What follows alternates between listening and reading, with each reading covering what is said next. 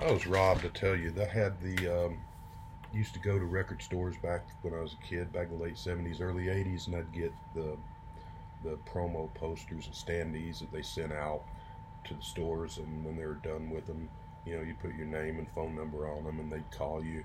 You'd get them. And the Ringo standee for this, Joe, Mean Mr. Mayo, has one. If you watch his videos, you'll see it back behind him when he shoots his videos in his record room. So I put my name and number on it, and then some jackass came along and scribbled through that and wrote their name and number. So I scribbled through his name and wrote mine again and wrote something about that guy into boot. And I guess he was a friend of someone that worked at the store or something, because he ended up getting it. And that was a neat record store. I remember that they had man, this one girl there was so good looking. You got stages of good looking girls, and she was. Uh, but Anyway, we're not. That's a story for another time, I guess. We're here to talk about a Ringo album, do a review, and so girl there at the it's in line with the Rolling Stones to buy tickets in 1981 too. I could tell you some things about that, but Ringo, yeah. So we are October 27th, 1981. Brings us "Stop and Smell the Roses," which was did a little bit better than his previous couple of albums. It went all the way to number 98 on the United States charts. Didn't chart at all in England, and yeah. So here's the record, which I got this at one of my used record stores here. So I paid a little bit more than $1, not a whole lot. I think I paid about $6 for this, but $1 would have been nice. Here on the back cover, and I guess Ringo's career was in such a bad state of affairs that he decided to chuck it all, and hell, I'll just go join the Village People. And looks like they turned him down because he's kind of rejected there. He couldn't even get in the Village People by 1981. So, oh well, Ringo. Things will get better, maybe. And he looks a little drunk or stoned there. Probably is. But I guess that's an alright cover. I'm not too sure about the Village People back cover there, but here's the inner sleeve, pink sleeve with lyrics and who plays on what. So nice to see that. This would have been the second solo Beatle album to come out after John's death. I guess because George, somewhere in England, came out, I believe, in summer of '81. And this, like I just said, in October. He was, after having been dropped by RCA, was it RCA that he was on with Bad Boy with the, I forget the label, but they dropped him. So now he finds himself on Boardwalk Records, a very prestigious, famous label. Since this didn't sell at all, they dropped him promptly. So this is the only album that he did for them. And yeah, so again, like he had done with Ringo and Rotogravure, he went to his ex-bandmates and asked for contributions and help. They all agreed. Paul contributes 2 songs, George 1, and they both play on the songs that they contribute. John, Ringo had met him in mid-1980 or so, I forget the date, and John was going to give him Life Begins at 40 and Nobody Told Me. The plan was for them to get together in the new year in like January, February of 1981 and work out the details and so forth. Unfortunately, we all know what happened in December of '80, thanks to some idiot. So there's no John song on here and no John participation with this album. This album started out as another album that was going to be called Can't Fight Lightning, and he recorded several songs that did not end up on this album, and then subsequently several new songs after that that did. The ones that didn't end up on here are on the bonus tracks on the CD that was released years later, so we'll talk about them also. what else to say about this? David Jackson, uh, one of the guys that watched my review on Bad Boy, commented that in this time period, late 70s, early 80s, with all the exciting new music shake up thanks to punk rock and new wave, and just a lot of great new singers and bands coming along, the Jam, the Clash, Elvis Costello, the Pretenders, and the list goes on, that the Ringo was just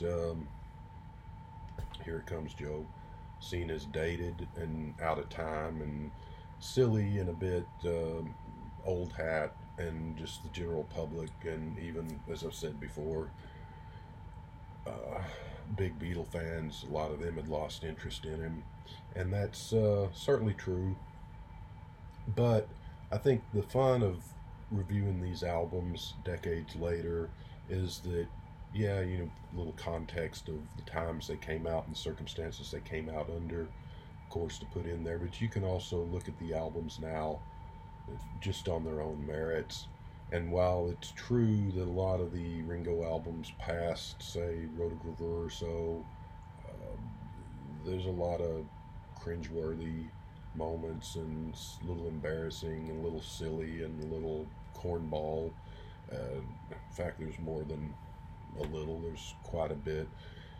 But I think, and I understand a lot of people just not that interested in Ringo because he wasn't the main songwriter in the Beatles, and he's far from the best vocalist in the Beatles or anywhere else, even though his voice is not terrible or anything. But I do think that these albums, at least what we're up to so far, all of them have their moments and some gems, and I think there is more to Ringo than just the Ringo album and Back Off Boogaloo and Photo and It Don't Come Easy.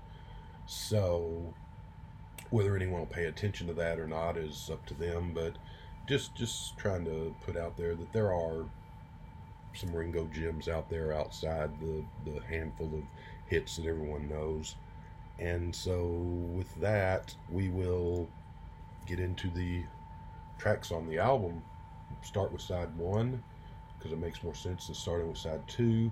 First song on side one is called Private Property, and it's the first of two McCartney contributions. This was the second single released from the album. It didn't chart anywhere. It's a goofy, strange song. It sounds like music from a cartoon or something to my ears. It's also got what I guess you would call politically incorrect lyrics nowadays. People get into that. She's mine, she belongs to me, she's my private property, no trespassing, she insists it's all for me. But, I mean, how bent out of shape can you get over a Ringo song, really? It's, in a last album I said Ringo had some things that sounded kind of new wave-ish, or whatever, ahead of time, or 80s, I think that's what I said. Here he does it again because parts of this song sound to me like Huey Lewis and the News, especially the sax uh, parts in the song. I'm not a huge fan of Huey Lewis. One or two songs of his are okay, but yeah, it's kind of just a silly, goofy song. A bit fun in its own way, but still not anything great. I'm going to give it a 5.5 for Private Property. Things improve a little bit with the second song, which is George's contribution. It's called Rack My Brain. It's more sort of a Halloween cartoony music to begin the song, but then it sounds like a new wave song, which is fitting in 1981. It sort of kind of sounds like a new wave song, and so it's nice to see Ringo and George doing that. It's got good vocals by Ringo and nice guitar bit by George about midway through it, and it's got a fun, goofy little video for it that came out. I don't know how much airplay it got because MTV started in 1981, the year this album came out. I don't know that they played it. I don't remember ever seeing it on there, so I don't know where it got played, but look it up on YouTube. It's a fun little video. It's Ringo goes into a haunted house and is accosted by mummies and Draculas and Frankensteins and all sorts of creepy crawly ghouls and so forth. It's you know, uh, representative of videos of that time, and it's fun, so check it out. But Rack My Brain's a nice, fun little song. I'm going to give it a 7.5. We go to the third song, Drumming Is My Madness, which was written by Harry Nilsson, which, by the way, I think there's 3 songs on this album that Ringo had a hand in writing. 2 of them he wrote with someone else, and 1 of them by himself. That's a special case, but we'll get to that in a minute. Drumming Is My Madness, Harry Nilsson. A little bit repetitive, but another goofy, silly, but still kind of fun song. Lyrically, it's interesting because it nods to several songs. There's a line, "Do you think I'm sexy?" Which, you know, the Rod Stewart song, really bad. I always hated that song. Never liked Rod Stewart anyway, but that song especially is terrible. But that's in there. Another line, "Try a little tenderness." Otis Redding, of course. And then there's a line in there that says, I think it's "My name is Thunder, but my friend's name is Lightning," which I may be reading too much into a Ringo song here, but I take that as a nod to Keith Moon, who had died just 3 years before, in '78, before this album came out. And of course, Ringo and Keith were really good friends, and so thinking that might be a little nod to Keith Moon. Lightning, because there's a Who song called "Call Me Lightning," an old '60s really great Who song. There's a really nice flute solo in here by some guy named Riccio. I don't know who that is, but give him a little shout out because he does a good job there. Kind of a jazzy, like Vince Guaraldi type music with the flute there. It sounds really nice. It's a silly song, bit repetitive, like I said. It's got a nice drum breakdown a couple of times in the song. Drumming Is My Madness, so you got to have some kind of little drum knees up or drum solo, I guess, if you got a song like that with a title like that. Jim Keltner and Ringo are listed as drummers on this song, so I'm not sure which one actually does that part, but hope it's Ringo, but might be Jim Keltner. Kind of a fun song. I'm going to give it a 6.8. And we go to the 4th song, which is the second McCartney contribution. And on both of these songs, Private Property and Attention is the other one here. Paul plays bass and piano, I believe, and then backing vocals, and Linda backing vocals on both of them too. And so, yeah. So Attention sounds like a McCartney song, where Private Property really didn't. Sounds like a song that Paul had written and had around and had not, no, it's not that great of a song, so he probably wasn't going to use it anyway. So when Ringo called and wanted songs, he probably said, yeah, okay, give him this thing. Just sort of a random throwaway album track type song. It's a pleasant, not very memorable song. It does have nice backing vocals by Linda and some other girls that I never heard of. It's okay. It's sort of a duff track. I'm going to give it a 5 for Attention. Then we get another contribution by Nilsson, Stop and Smell the Roses, the title track. This is a lot of fun. I really like this. It's just a unhinged, frantic, fun bit of madness from Ringo. It sounds like a show tune. Ringo has a blast singing it, obviously. It's funny towards the end. It's, Stop and Smell the Roses, and he's towards the end of the song, he's stopping by this record. Run to your nearest local record store right now and buy it. And it's a blast. I like this song. It's corny and silly and all in the good way, and it's just funny. A little bit of a gimmick song, but Ringo does it with enough style to pull it off, to pull it out of that. I'm going to give Stop and Smell the Roses a 9. There's a video for that too, which is a lot of fun. It starts off with Ringo in white top hat and tails, and he's in front of the was it Tittenhurst or Ascot house that John Lennon owned, and then when he moved to America, Ringo bought it from him, I believe is how that worked.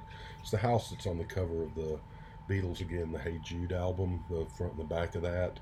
And so he's dancing around in front of that in the white top hat, and then in a pith helmet, and then in a black top hat, and then he's marching up and down the road with some marching band and some cheerleaders and talking to people in their cars. There's a bus, and it's just sort of like a outtake from Magical Mystery Tour, and sort of like a Monty Python skit bit video, kind of like George's videos for this song in Crackerbox Palace, maybe in that same vein.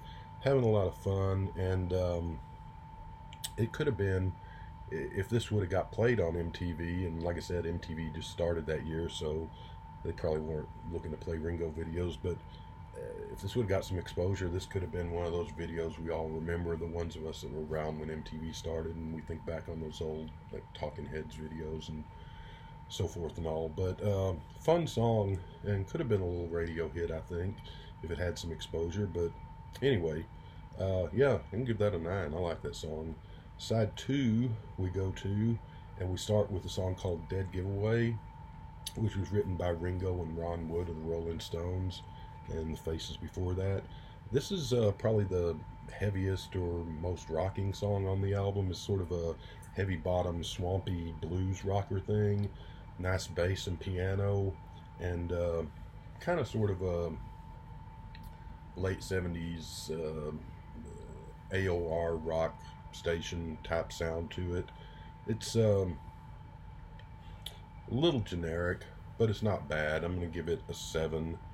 Then we got You Belong to Me, which is an old song from the 50s, 1952 or so it was written. It's been done by a ton of people: Patti Page, Joe Stafford, Dean Martin.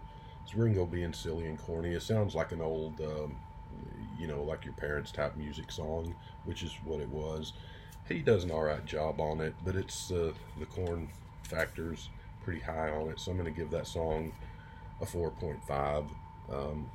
Then we go Sure to Fall, the old Carl Perkins song, which is a great song in Carl Perkins' hands. And the Beatles did it. It shows up, not officially, but it shows up on the BBC recordings and so forth. It is on one of, I think, the second BBC album. Perkins and the Beatles did a better job of this than Ringo does, but Ringo does a good job on it. Paul and Linda play on it. It's the Carl Perkins and the Beatles versions are more rock and rockabilly. The Ringo version is more country-ish than it is rockabilly or rock, which is a lot of fun though. They have great background vocals with Linda and Paul and Ringo.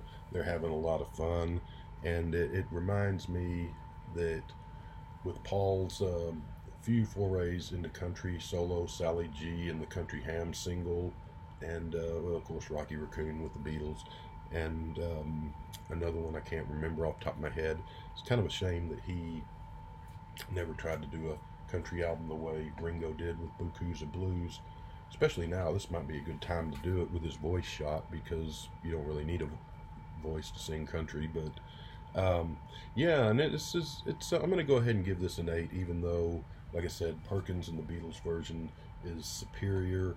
They're having a lot of fun, and they're just sort of blasting it out and having fun. It made me think, for no particular reason, how neat it would have been if Linda Ronstadt and Neil Young would have shown up to join in on the background vocals with Linda and Paul and all that.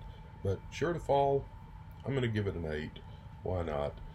Fourth song is You've Got a Nice Way, which was written by Stephen Stills of Crosby, Stills, Nash and Young, and 100 other groups he was in, and some guy named Michael Sturgis. Don't know him. It's nice. It's upbeat. It's sort of a good slice of middle of the road rock sound, which was, more prevalent in the 70s, but still around in the early 80s. A little out of pace with 81, but really not when you think of bands like Asia and Crosby, Stills, Nash and Young put an album out in 81, 82 or so that didn't really go anywhere because it was out of time. But it's just that sort of sound. Not generally my style of music that I like, but I do like this, and Stills does contribute a good guitar part to it, so I'm going to give it a 7. There was a line in there, I Can See for Miles, which might be another sort of Sly Who reference slipped in there? Probably not. And there's another one that was I Was Blind and Now I Can See type line, which reminds me that he had a song, I Was Blind, a few years ago, and he had a B-side, Blind Man, so maybe that's a little in joke about that. Maybe not again. So that's the fourth song on there. Fifth song, and this is the one that's written solely by Ringo, except it was written by him solely back in 1971. It's a remake of Back Off Boogaloo, which, at this point the song would have been like 10 years old. I don't really see the point of doing a remake of it, but I don't know. It starts off musically, no lyrics, but it starts off with the intro of It Don't Come Easy, and then it goes into Back Off Boogaloo, an inferior version to the original, because that's a good song on the original. But they also, towards the end, start singing bits and pieces of Good Day Sunshine, and with a little help from my friends. It's not as good as the original. I don't really see the point of having done it, but it does sound like they're having a lot of fun with it, so it's harmless. It's not terrible. I'll give it a 5. They seem to be enjoying themselves, so why not? So yeah, like I said, I like this album. I think I'm going to give it a 7.5 overall. I think there's some strange bits on this album, but there's also this. You can play this without cringing too much. There's a good energy to it. It's enjoyable. The album flows well, and there's a mix of different styles, and they're not just thrown in just because. They sort of complement and work with each other, seems like. And there's really not a dog on this album. There's a couple of songs that the second McCartney song's kind of random, but it's not terrible. And the other one, the Dean Martin Patty Page thing, is just okay. But it's not terrible. So yeah, I'm 7.5, I think, overall. Let's talk about the bonus tracks, because those are pretty interesting too. So yeah, first, and there's 4 of them. There's actually 5, because there's a demo version of one of the songs, but it's on the album. But these 4 were not on the album. There's a song called Wake Up, which is written by Starr with Stephen Stills on guitar. It's a little just, okay. It's not too bad, though. I'm going to give it a 6. It's no great shakes, kind of generic, but it gets a 6. And didn't really have much to say about that one way or the other. Red and Black Blues, which is written by a guy named Lane Tiedken, I guess. I don't know him. Sounds like a mid to late 70s sort of arena rock, generic rock song. That was a type that was all over the radios back then. Pleasant enough. That gets a 6 too. 4th song is Brandy, and I kind of cringed when I saw that and went to YouTube to listen to it, because I was thinking it was going to be that god-awful song Brandy by from the early 70s by Looking Glass. I say Brandy, you're a fine girl, that's a fine, and I hated that song. But fortunately it's not. It is a song that was done in 1978 by the OJs, and so it's a totally different song. Ringo does a pretty good job of it. The problem is his voice doesn't really fit the material, so that's a drawback. So I'm only going to give Ringo's version a 5. The OJ's version, I went and listened to that a couple of times. It's far superior. It's worth looking up and giving that a listen. But I really miss you, Brandy. I'm so all alone. You would think from the lyrics that the guy's singing about girlfriend or wife or something that's dead or gone, but he's not. He's singing about his dog, which is really affecting, but it's a great song. And the OJ's version I would give up there in like the 9 or so rating, but Ringo's version, it only gets a 5 because his voice just, just doesn't suit the material for that song.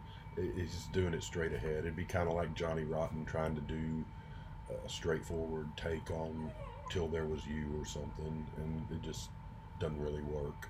So now the last song is one that would divide people, I would think, and I think most people would probably think it's just a bunch of racket and noise. And then I think there would be some people that absolutely love it. What it's called is You Can't Fight Lightning, which was, like I said, going to be the title of the album, but that all changed.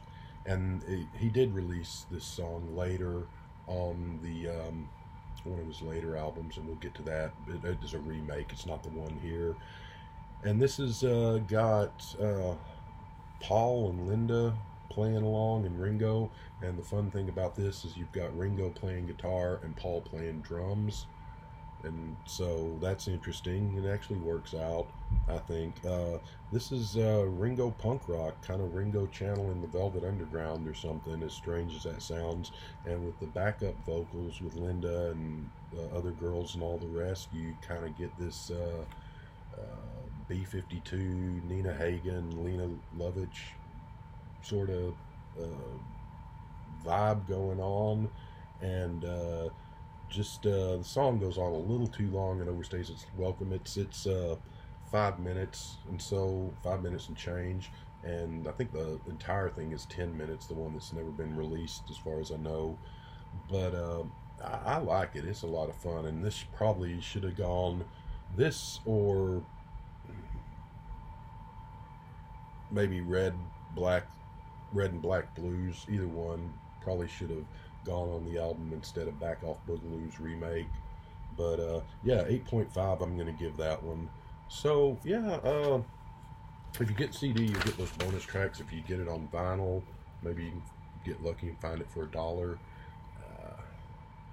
I don't know. This is an album I think you're going to listen to and think, this is rubbish, and never listen to it again. Or you're going to listen to it and say, this is kind of odd and goofy and silly. But if you listen to it a couple of more times, start to think, well, it's still odd and silly and weird, but it's kind of not so bad. And I enjoy this album, so what I say, 7.5 on it. We'll see you guys next time with the next Ringo review, and yeah.